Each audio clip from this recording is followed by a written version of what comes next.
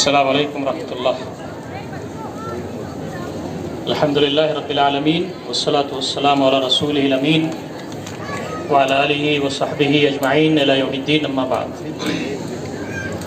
اعوذ باللہ من الشیطان الرجیم، بسم اللہ الرحمن الرحیم. یا ایھا الذین آمنوا اتقوا اللہ وقولوا قولا سدیدا یصلح لکم اعمالکم ویغفر لکم ذنوبکم ومن یطع اللہ ورسولہ فقد فاز فوزا عظیما. صدق اللہ العلی العظیم. محترم ذمہ داران جماعت، قابل احترام بزرگوں، دوستوں اور قابل احترام ماؤں، بہنوں اور بیٹیوں، یہاں ایک خوبصورت مذاکرہ آپ سماعت کر رہے تھے. اسلامی معاشرے کی تعمیر میں ہمارا رول کیسے ہونا چاہیے، اور مجھے بڑی خوشی ہے کہ ہماری دو ذمہ دار بہنوں نے اپنے عنوان پر بڑی قیمتی باتیں کہی. آخر میں محترم مولانا رحمت اللہ صاحب نے بھی کافی قیمتی خیالات کا اظہار کیا ہے. خواتین کے سلسلے میں ہماری کوشش بہت دنوں سے یہ تھی کہ باصلاحیت خواتین جماعت میں شامل ہوں تاکہ اسلامی معاشرے کی تشکیل میں آسانی ہو. اللہ کا بڑا کرم ہے کہ ادھر کچھ دنوں میں کافی باصلاحیت خواتین تحریک میں شامل ہوئی ہیں ملک کے طول و عرض میں. زوجین پر کوئی مرد بھی تقریر کر سکتا تھا کہ اسلامی معاشرے کی تعمیر میں میاں بیوی کا کیا رول ہونا چاہیے، لیکن محترمہ نفیسہ عتیق صاحبہ نے بہترین اسلوب میں کتاب و سنت کی روشنی میں یہ ہمارے سامنے واضح کیا کہ اسلامی معاشرے کی تعمیر میں میاں بیوی کو کیسے رہنا چاہیے، شوہر کے کیا حقوق ہیں، بیوی کے کیا حقوق ہیں، ایک دوسرے سے مل جل کر کے، ایک دوسرے کا ساتھ دے کر کے کیسے ہم اپنے گھر کو جنت نشان گھر بنا سکتے ہیں. آپ کو یہ معلوم ہے کہ معاشرے کی جو تشکیل ہوتی ہے وہ خاندان سے ہوتی ہے. مختلف گھر ملتے ہیں تو معاشرہ بنتا ہے، اور خاندان کی جو تشکیل ہوتی ہے وہ میاں بیوی کے ذریعے ہوتی ہے. تو بہترین اگر گھر ہوگا تو بہترین معاشرہ ہوگا. بیوی کو کیسا ہونا چاہیے، شوہر کو کیسا ہونا چاہیے، یہ اگر بہتر ہو جائے ہمارے یہاں سماج کے اندر، مسلمانوں کے اندر، تو ہمارا جو سماج ہے وہ بہتر ہو جائے گا. نبی رحمت صلی اللہ علیہ وسلم کی جو تعلیمات ہیں وہ ہمیں بتاتی ہیں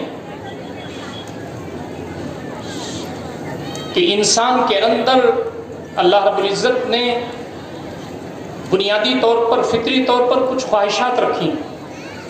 کھانے کی خواہش ہے، پینے کی خواہش ہے، تو اسلام نے اس کے لیے حدود بیان کی ہے، طریقہ بتایا ہے. جو چاہو کھاؤ، جو چاہو پیو نہیں، حلال و طیب تمہیں کھانا ہے، جائز چیزیں تمہیں کھانی ہیں. اور کتاب و سنت میں اس کی تفصیل بیان کی گئی ہے، اس کا طریقہ بیان کیا گیا ہے. حرام چیز کھاؤ گے تو اس کے اثرات تمہاری زندگی پر آئیں گے، تمہارا کردار خراب ہوگا، تمہارا اخلاق خراب ہوگا، تمہارا سماج خراب ہوگا. اسی طریقے سے انسان کے اندر ایک بڑی خواہش جو اللہ رب العزت نے رکھی ہے وہ جنسی خواہش ہے. تو اسلام نے اس کا بہترین طریقہ بیان کیا کہ آدمی نکاح کے ذریعے میاں بیوی بن کر کے اس خواہش کو پوری کرے. اسلام نے اس کو تقدس عنایت فرمایا. منہ مارتے نہ پھرو، آشنائیاں نہ کرو۔ اس جائز ضرورت کو پوری کرنے کا اسلام نے جو اس کی مصلحت بتائی وہ یہ کہ تم میاں بیوی اگر بنتے ہو، نکاح کا طریقہ اپناتے ہو تو تمہاری نظر نیچے رہے گی، شرمگاہ کی حفاظت ہوگی۔ یہ پہلا مقصد بیان کیا گیا۔ آپ نے ایک مرتبہ نوجوانوں کو خطاب کرتے ہوئے فرمایا تھا، یا معاشر الشباب من استطاع منکم الباءۃ فلیتزوج فإنه اغض للبصر واحسن للفرج ومن لم يستطع فعليه بالصوم فإن الصوم له وجاء۔ اے نوجوانوں، تم میں سے جو شادی کی استطاعت رکھتا ہو وہ شادی کر لے، اس لیے کہ یہ نظر کو نیچی رکھنے کے لیے اور شرمگاہ کی حفاظت کے لیے سب سے بہترین طریقہ ہے۔ جو ابھی تیاری میں ہیں وہ روزہ رکھیں، روزہ ڈھال ہے۔ تو پہلا مقصد جو نکاح کا بیان کیا گیا وہ یہ کہ نظر نیچی ہو، شرمگاہ کی حفاظت ہو۔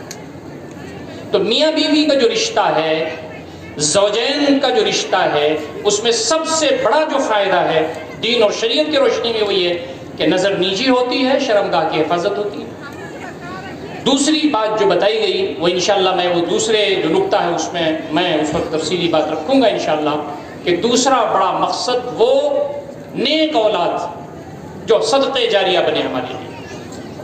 تو میاں بیوی کا جو یہ تعلق اور رشتہ ہے یہ کیسے خوشگوار رہے، کیسے استوار رہے، اس کے حدود بیان کیے گئے ہیں، اس کے قیود بیان کیے گئے ہیں۔ مولانا مودودی رحمۃ اللہ علیہ نے ایک رسالہ، ایک کتاب لکھی ہے جس کا نام حقوق الزوجینی ہے۔ اس میں بہت تفصیل کے ساتھ آپ نے بیان کیا کہ مرد یعنی شوہر کا کیا حق ہے اور بیوی کا کیا حق ہے، مرد کے حقوق کیا ہیں، خاتون کے حقوق کیا ہیں۔ تو اس چیز کو اپنے سامنے رکھنا چاہیے۔ یاد رکھیے کوئی بھی شوہر مکمل نہیں ہوتا۔ کبھی کبھی آدمی خیال کرتا ہے کہ ہمارا شوہر ایسا ہو، اس کے اندر یہ خوبیاں ہوں، یہ خوبیاں ہوں، یہ خوبیاں ہوں، اور آدمی مرد شوہر یہ چاہتا ہے کہ میری بیوی ایسی ہو، ایسی ہو، ایسی ہو، اس کے اندر یہ خوبیاں ہوں۔ اللہ رب العزت نے انسان کو ایک دم سے معصوم عن الخطا نہیں بنایا، اس کے اندر کمیاں موجود ہیں، خطا سے مرکب ہے وہ۔ البتہ اس بات کی کوشش ہمیں محنت کرنی چاہیے کہ ہمارے اندر اچھائیاں بڑھتی چلی جائیں، ہمارے ہاں کمیاں کوتاہیاں منیمائز ہوتی چلی جائیں۔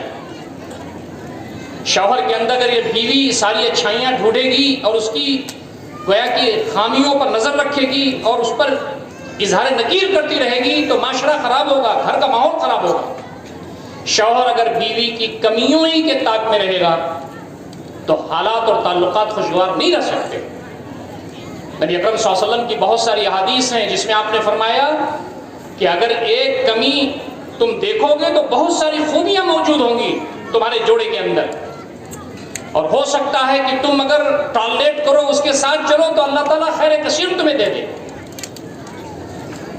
تو ان کمیوں کے ساتھ، ان کمیوں کو مل جل کر کے کیسے ختم کیا جائے، اچھائیوں سے کیسے فائدہ اٹھایا جائے، یہ میاں بیوی کا بڑا رول ہونا چاہیے۔ اس لیے کہ وہ ایک رشتے میں جو بدھے ہوئے ہیں تو مسلمان ہونے کے ناطے اللہ کا نام لے کر کے وہ اس رشتے سے جڑے ہوئے ہیں، تو انہیں ایک دوسرے کا خیال کرنا، ایک دوسرے کا احترام کرنا ضروری ہے۔ نبی اکرم صلی اللہ علیہ وسلم نے ایک مرتبہ ارشاد فرمایا کہ یہ جو تمہاری بیویاں ہیں یہ تمہاری خادمائیں نہیں ہیں، یہ تمہاری داشتائیں نہیں ہیں، یہ تمہاری نوکرانیاں نہیں ہیں۔ خیرکم خیرکم لأہلہ وانا خیرکم لأہلی، تم میں بہتر وہ ہے جو اپنی بیوی اور بچوں کے لیے بہتر ہو، میں تم تمام میں اپنی بیویوں اور بچوں کے لیے سب سے بہتر ہوں۔ بیوی کو عزت دینا، بیوی کو احترام دینا، اس لیے کہ وہ ہمارے بچوں کی ماں ہے، اس لیے کہ وہ ہماری شریک حیات ہے، درگزر کرنا، عفو سے کام لینا، اور بیوی کو اپنے شوہر کے جو جذبات ہیں، احساسات ہیں، اس کی جو خدمات ہیں، قسم معاش کے لیے اس کی جو تگ و دو ہے، اس کو سامنے رکھتے ہوئے ایک دوسرے کے ساتھ خوشگوار تعلق رکھنا، یہ اسلام کی تعلیمات ہے۔ آج ہمارا جو معاشرہ ہے، آج ہمارا جو سماج ہے، اس کی تعمیر میں میاں بیوی کا رول سب سے بڑا ہے۔ ان کا رول اگر بہتر ہوگا تو گھر کا ماحول بہتر ہوگا۔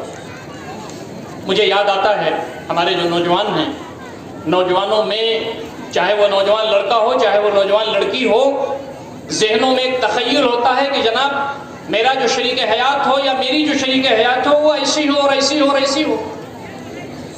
اللہ رب العزت نے انسان کو ساری چیزوں سے مرکب کیا ہے.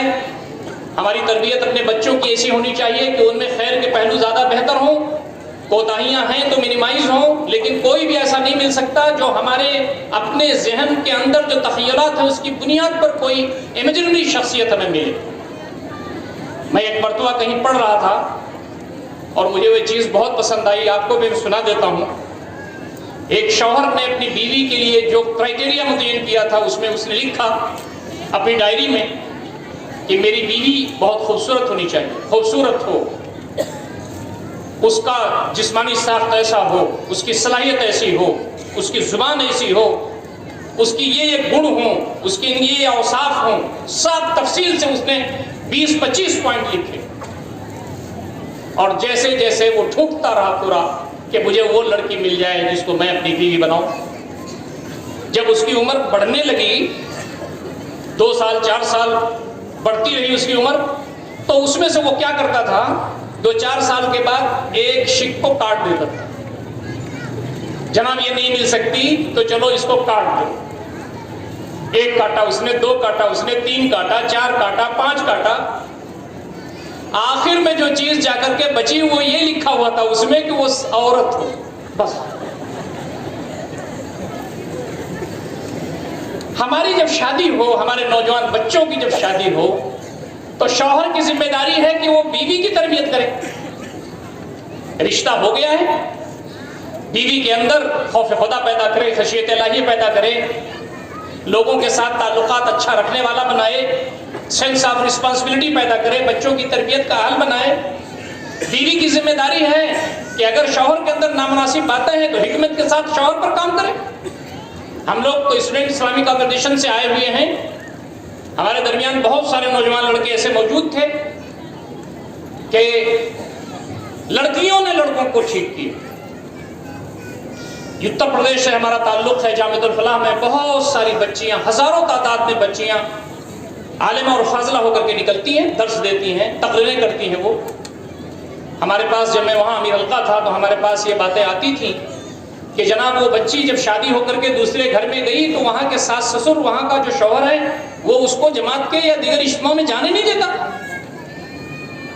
تو ہم لوگوں کی اس وقت یہ رہنمائی ہوتی تھی کہ اب گھر آپ کا چیلنج ہے، گھر کو چیلنج بنائیے، گھر کو ٹھیک کرنا آپ کی ذمہ داری ہے. شوہر پر کام کیجئے، ساس سسر پر کام کیجئے، نندوں پر کام کیجئے، گھر کے ماحول کو بہتر کیجئے. یہ اب آپ کی صلاحیتوں کے جوہر دیکھنے کا موقع آ گیا ہے. اور بہت ساری ہماری بچیوں کے بارے میں اطلاعات آنا شروع ہو گئی کہ انہوں نے وہ گھر جو انہیں اجتماع میں جانے سے روکتا تھا، اب شوہر اسکوٹر پر بیٹھا کر کے اجتماع میں چھوڑنے جانے لگا. بعد میں وہ کارکن بن گیا، بعد میں رکن بن گئے، گھر اسلامی ہو گیا، خوشگوار ماحول بن گیا. بات پتنگڑ سے معاملات خراب ہوتے ہیں، ایک دوسرے کی کمیوں کو پکڑنے سے ماحول خراب ہوتا ہے. میاں اور بیوی ایک دوسرے سے کوآپریٹ کریں، ایک دوسرے کے ساتھ بہتر ماحول رکھتے ہوئے ایک دوسرے کی تربیت کا سامان کریں. اور اس سلسلے میں سب سے اہم بات جو کہی جا سکتی ہے وہ یہ ہے، میاں بیوی کو مل کر کے اللہ رب العزت کی اطاعت، نبی اکرم صلی اللہ علیہ وسلم کی اطاعت، دین کی خدمت، اللہ رب العزت کے راستے میں قربانی دینے کے لیے اپنے آپ کو تیار کرنے کا سلیقہ سیکھنا چاہیے. نبی اکرم صلی اللہ علیہ وسلم فرماتے ہیں بہترین شوہر ہے وہ جو تہجد کے وقت اٹھے، وضو کرے، اپنی بیوی کو اٹھائے، وہ نہیں اٹھتی تو اسے پانی کے چھینٹے مارے اور وہ دونوں اٹھ کر کے اللہ تعالیٰ کی بارگاہ میں نماز و نیاز کرے. بہترین بیوی ہے وہ جو رات میں تہجد کے لیے اٹھے، وضو کرے، اپنے شوہر کو اٹھائے، وہ نہیں اٹھتا تو اسے پانی کے چھینٹ مارے، دونوں اللہ رب العزت کی بارگاہ میں کھڑے ہوں. آج کوئی بیوی تہجد میں اٹھے، اپنے شوہر کو اٹھائے اور پانی کا چھینٹ مارے، اس کے بعد ماحول دیکھے. یہ ماحول بگڑ چکا ہے، اس کو ایسا بنانا ہے جیسا نبی اکرم صلی اللہ علیہ وسلم کہتے ہیں کہ جناب آپ نے پانی کے چھینٹ مارے، آپ کا بہت شکریہ، آپ نے نیند سے بیدار کر دیا، اللہ سے قریب کیا. اللہ رب العزت ہر رات آسمان دنیا پر تشریف لاتے ہیں، آخری پہر رات کے، اور دیکھتے ہیں کہ کون اللہ کا بندہ اور اللہ کی بندی اللہ رب العزت سے راز و نیاز کر رہے ہیں. نبی اکرم صلی اللہ علیہ وسلم نے جو اسلامی معاشرہ قائم کیا اسلامی معاشرے کے قیام میں میاں بیوی کا جو رول رہا، اس کے واقعات ایسے ہیں کہ دل کانپ جاتا ہے۔ نبی اکرم صلی اللہ علیہ وسلم تشریف فرما ہے، صحابہ کرام پروانوں کی طرح گھیرے ہوئے ہیں، ایک شخص آتا ہے اور کہتا ہے اللہ کے نبی صلی اللہ علیہ وسلم مجھے کھانا کھلا دیجیے، میں بہت بھوکا ہوں۔ نبی اکرم صلی اللہ علیہ وسلم نے حضرت عائشہ رضی اللہ تعالیٰ عنہا کا بھیجا، وہاں سے جواب آیا صرف پانی ہے۔ حضرت ام سلمہ رضی اللہ تعالیٰ عنہا کا بھیجا، جواب آیا صرف پانی ہے۔ ایک اور ہماری ماں کے پاس بھیجا، وہاں سے جواب آیا کہ صرف پانی ہے۔ نبی اکرم صلی اللہ علیہ وسلم کا کبھی بھی ماحول ایسا نہیں تھا کہ کوئی بھی کام کرنا ہو آپ یہ کہیں کہ صحابہ اس کو کر لیجئے، نہیں، پہلے آپ اس کو خود کرنا چاہتے تھے، آپ اسے خود کرتے تھے۔ جب آپ اس میں اس وقت کی صورتحال کی وجہ سے نہیں ہو سکتا تھا تو آپ کہتے تھے کون ہے جو اس کو کرے؟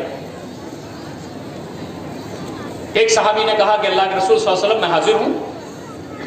ابو طلحہ رضی اللہ تعالیٰ عنہ کو معلوم تھا کہ ان کے گھر کی صورتحال اچھی نہیں ہے، بہت مشہور واقعہ ہے، اس کو تفصیل سے بیان کرنے کی ضرورت نہیں ہے۔ گھر پہنچے، دروازہ کو کھٹکھٹایا، بیوی آئی، انہوں نے کہا بہت دیر ہو گئی آپ کو آئے ہوئے، انہوں نے کہا نہیں میں اکیلے نہیں آیا، میرے ساتھ مہمان رسول صلی اللہ علیہ وسلم بھی ہے۔ اور آپ کو معلوم ہے میاں بیوی نے مل کر کے مہمان رسول کی خدمت کی۔ کھانا ایک ہی آدمی کا بچا تھا، بچوں کو انہوں نے تھپک کے سلا دیا تھا۔ آپ دوڑ دھوپ کرتے ہیں، قصبے معاش کرتے ہیں، ادھر ادھر پھرتے رہتے ہیں، کھانا آپ کو ضروری ہے، ایک ہی آدمی کا کھانا ہے۔ مہمان کے ساتھ حسن ضیافت یہ ہے کہ بیٹھ کے کھایا جائے، اس کے ساتھ آپ مہمان کے ساتھ بیٹھیں گے کھانا نہیں کھائیں گے۔ اس کا صحیح طریقہ یہ ہے کہ چراغ گل کر دیا جائے، چراغ بجھا دیا جائے۔ چراغ بجھا دیا گیا، مہمان نے کھانا کھا لیا۔ اگلے دن نبی اکرم صلی اللہ علیہ وسلم سے حضرت ابو طلحہ کی جو نظر ملی تو نبی اکرم صلی اللہ علیہ وسلم مسکرانے لگے۔ حضرت ابو طلحہ کے دل کی دھڑکن تیز ہو گئی کہ معاملہ کچھ ہو گیا ہے لگتا ہے ہمارے گھر کے ماحول کی وجہ سے۔ قریب آیا تو کہا کہ میاں بیوی نے مل کر کے جو کام کیا ہے اللہ تعالیٰ کو بہت پسند آیا، قرآن مجید کی آیت اتر گئی ہے تمہارے لیے، وَيُؤْثِرُونَ عَلَىٰ أَنفُسِهِمْ وَلَوْ كَانَ بِهِمْ خَصَاصَةٌ، وہ اپنے اوپر دوسروں کو ترجیح دیتے ہیں چاہے اس میں وہ پریشانی میں تو مبتلا نہ ہو جائیں۔ حضرت ابو طلحہ رونے لگتے ہیں اور کہتے ہیں کہ اللہ کے نبی صلی اللہ علیہ وسلم ہم تو اللہ تعالیٰ کی رضا ہی تو چاہتے ہیں، اسی لیے تو کام کرتے ہیں۔ شوہر کوئی قدم اٹھائے تو بیوی اس کو سپورٹ کرے، بیوی کوئی قدم اٹھائے تو شوہر اسے مبارکباد دے۔ یہ کیفیت ہمارے گھروں میں بننی چاہیے۔ اللہ تعالیٰ کے احکامات کے تعلق سے، نبی اکرم صلی اللہ علیہ وسلم کے فرامین کے تعلق سے، دین اسلام کی تعلیمات کے تعلق سے ہمارے گھروں میں جو ماحول بننا چاہیے وہ یہ کہ خیر کے لیے سبقت کا ماحول بننا چاہیے۔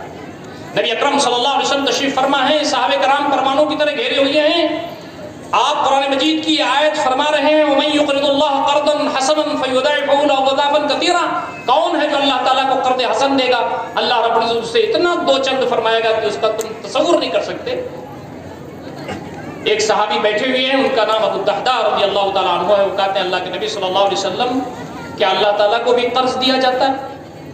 نبی اکرم صلی اللہ علیہ وسلم فرمایا ہاں، اللہ تعالیٰ کو قرض دینے کا مطلب یہ ہے کہ تم کو جب اس کی ضرورت ہوگی وہ کتنا دگنا کر کے کتنا زیادہ اس کو ملٹیپلائی کر کے اللہ تعالیٰ دے گا، تم اس وقت نحال ہو جاؤ گے۔ کہا اللہ کے نبی صلی اللہ علیہ وسلم میرا ایک باغ ہے جو مجھے بہت عزیز ہے، میں اللہ تعالیٰ کو پورا باغ ہی قرض دیتا ہوں۔ جب مجلس سے نکلے باغ کی طرف گئے، باغ میں ایک چھوٹی سی جھوپڑی بنا رکھی تھی انہوں نے، اس میں ان کی بیوی ام الدحداء موجود تھی۔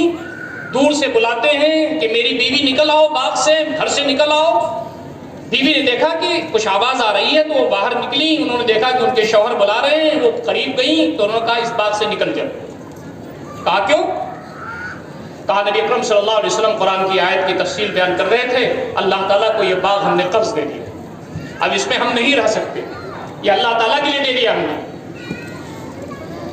بیوی نے ریئیکٹ نہیں کیا، بیوی نے یہ بھی نہیں کہا کہ مجھ سے مشورہ کر لیے ہوتے، بیوی نے کہا اے میرے شوہر نامدار یہ قدم آپ کو مبارک ہو، اور مجھے قوی امید ہے کہ اللہ رب العزت کے ہاں اس سے بہتر باغات سے ہمیں نوازا جائے۔ یہ جو زوجین کا سپورٹ ہے دین اسلام کے کام میں، تحریک اسلامی کے کام میں، بچوں کی تربیت میں، دین اسلام کے غلبے کے لیے قربانیاں لگانے میں، جب شوہر کوئی پرومس کر لے، شوہر کوئی وعدہ کر لے تو بیوی اس کو مبارکباد دے، بیوی اس کا سپورٹ کرے، اور بیوی جب کوئی عہد کر لے تو شوہر اس کے پشت پر کھڑا رہے، میاں بیوی مل کر کے اللہ رب العزت کے دین پر چلیں، اللہ کو خوش کرنے کا کام کریں، اللہ رب العزت کے دین کے لیے ایک دوسرے کی صلاحیتوں کو بڑھائیں، جو صلاحیتیں ان کی ہیں وہ دین کے کام میں لگیں، اور اس کے لیے صرف اللہ تعالیٰ کو خوش کرنے کا جذبہ ہو۔ ریاکاری، دکھاوا، شہرت طلبی، مجھ پسندی، واہ واہی، ان ساری چیزوں سے آدمی پرہیز کرے۔ تو دوستوں اور ساتھیوں، ہمارے پاس ہمارا کردار میاں بیوی کا بھی ہے۔ ہماری عمر اگر تھوڑی بڑی بھی ہو گئی ہے تو ہمارا کردار میاں بیوی کا ہے، اپنی جگہ پر ابھی باقی ہے۔ بچوں کی تربیت کا معاملہ تو چلتا ہے اور چلتا رہے گا، لیکن ہمارے جو بچے ہیں وہ بھی میاں بیوی بن رہے ہیں۔ ہمیں ان کو بھی بتانا چاہیے کہ میاں بیوی کس انداز سے بنتے ہیں، اور یہ وہ اینٹ ہے اسلامی گھر کی، اسلامی خاندان کی، کہ اسی پر پھر اسلامی خاندان آگے بڑھتا ہے اور خاندان مل کر کے معاشرہ بنتا ہے۔ دوسری جو تقریر و گفتگو تھی وہ ہماری محترمہ مبشرہ فردوس صاحبہ کی تھی۔ گفتگو بہت شاندار تھی، آپ حضرات الحمدللہ سن رہے تھے، آپ نے سمجھا بھی۔ تجزیے پر مشتمل گفتگو، کتاب و سنت کی روشنی میں گفتگو، اور ہمارے یہاں جو مسائل ہیں آج، ان مسائل کو باقاعدہ انہوں نے ایک ایک کر کے بیان کیا۔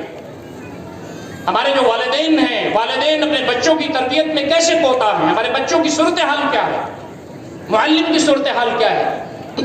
بہت گفتگو بہت شاندار تھی۔ اللہ تعالیٰ ان کے علم میں اضافہ کرے اور مزید ان سے دین کا کام لے، تحریک کا کام لے۔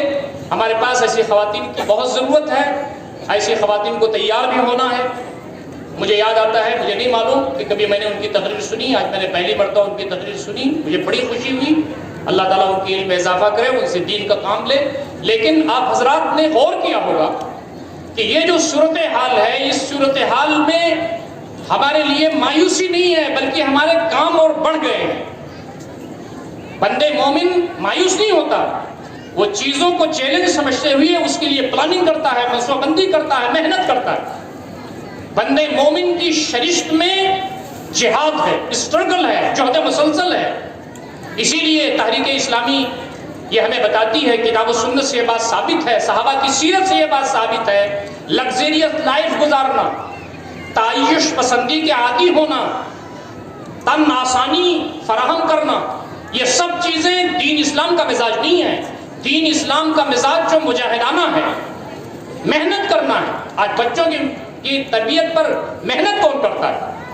تو جناب میں آپ سے یہ بات عرض کروں کہ سب سے بڑا کردار جو والدین کا ہے وہ یہ ہے کہ ان کے اندر، ان کے گود میں، ان کے ذریعے اللہ تعالیٰ جو اولاد اس دنیا میں لا رہا ہے، یہ اولاد صدقہ جاریہ بن جائے۔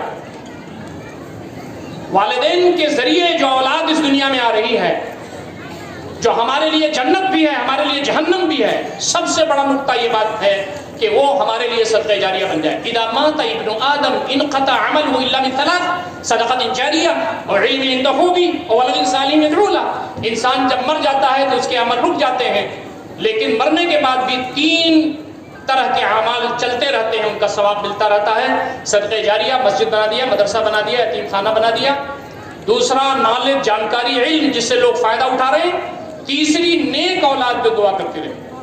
اور ولد صالح يدعو له، ولد میں اولاد، یہ بنت یا ابن نہیں ہے، یہاں ولد استعمال ہوا ہے، اس میں لڑکا بھی آتا ہے، لڑکی بھی آتی ہے۔ ہمیں اپنی اولاد کو ایسا پالنا ہے، اس کو ایسا بنانا ہے کہ وہ مرنے کے بعد ہمارے لیے صدقہ جاریہ ہو۔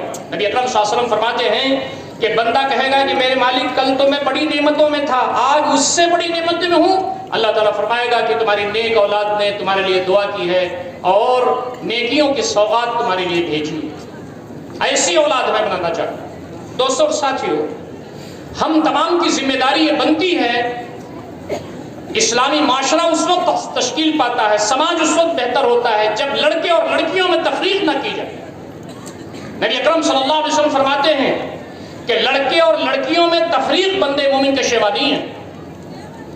لڑکا ہو لڑکی ہو، دونوں نعمت ہے، دونوں کو عزیز رکھنا، دونوں سے محبت